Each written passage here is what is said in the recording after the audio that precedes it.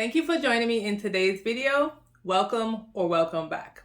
We're going to be starting a new series called The Revenue Cycle in the Physician's Office.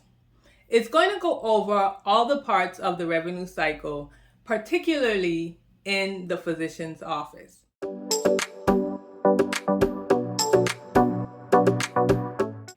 I first want to thank you guys, however, for helping me reach 500 subscribers. I'm actually a little bit over 500 at this point, but I really want to say thank you. I appreciate you guys coming back. We're really building up our community of medical billers, those who are in it, who are interested in it, or who, just heard about it and just want to be a part of it. And I really, really appreciate it. So thank you so much. We're on our way to 1,000 subscribers.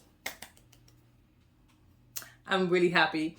I wanted to say again, thank you, and that I really didn't know where this channel was going to go, how big it would grow, but I am very passionate about medical billing, and I wanted to share my passion and my interests, my education, everything with people who are also interested in medical billing and who have a like mind with medical billing.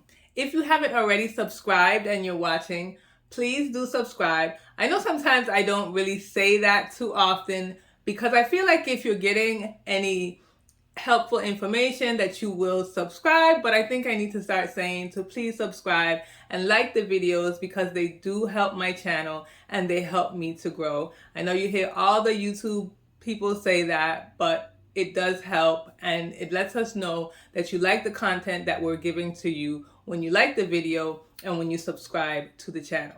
I will also be doing a giveaway when I reach 1,000 subscribers. So like I said, we're already on about, I think, 520 something at this point.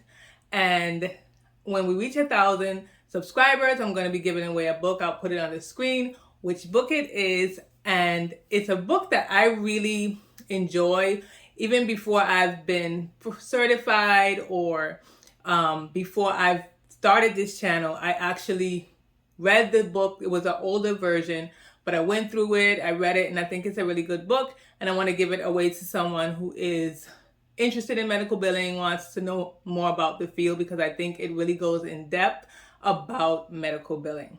And the last thing is I have one-on-one consultations that I do now, so I'm going to leave the link in the description box if you're interested in doing a one-on-one with me. It's basically for those individuals who are interested in medical billing.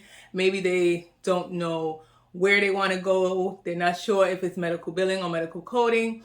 It is just going to be my advice, and you can ask me questions about, medical billing and, maybe your career choices and things like that. Again, it's just my opinion that you're paying for, my time that you're paying for. So if you're interested in something like that, I will leave the link in my description box below. We will be discussing the revenue cycle in the physician's office. And the revenue cycle is the process from appointment scheduling to final payment for an episode of care for a patient. Each time a patient sees a physician or a healthcare provider, the revenue cycle starts over. Now, this video was requested on one of my past videos, if I can do a revenue cycle video in detail. The revenue cycle is a lot. It's a lot of information, and there's no way I can do it in just one video. So this video will be like an introduction to the series. It will probably be a 4, maybe 5-part series where I cover all the things about revenue cycle or as much as I can about the revenue cycle. But in today's video, I'll tell you what I'll be discussing throughout the series. I also want to just make this series pretty simple in, layman's terms, something that you can understand. When you think about revenue cycle, or at least when I started out and I heard about revenue cycle, I thought it was something really complicated. There are a lot of parts to it, and it can be confusing in some areas, but it really should not be. It can be pretty simple for you to at least understand the basics or the fundamentals of the revenue cycle. Now, you might want to know how medical billing fits in with revenue cycle. So sometimes when you speak to people, they make it seem like medical billing is the revenue cycle. But medical billing is a part of the revenue cycle. And when I go through the different parts, which for me, there are 10 parts. That's another thing that you need to know. When it comes to the revenue cycle and you Google it online or you speak to someone else, people may have a different number of steps that they go through for the revenue cycle. They may combine some, they may separate some, but you will probably find a lot of different answers to the question of the revenue cycle. Normally, the revenue cycle is also portrayed as a circle. So you might see a circle with 5 parts, with 7 parts, with 10 parts, or even more.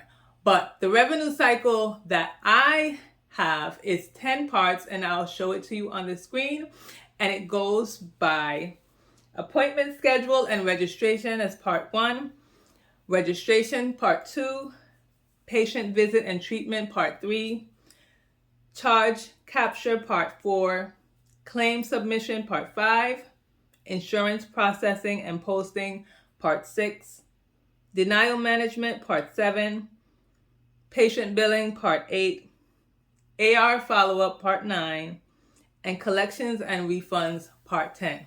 Now, that's the way that I line them up. However, it doesn't have to go in that particular order. After you reach a certain point, things can go in different orders. They don't have to necessarily be in that order, but that's the way I have it there and how I would like you to view it throughout this series. There's really no wrong or right way to the way someone does a revenue cycle, but like I said, you will see different revenue cycles if you Google them online.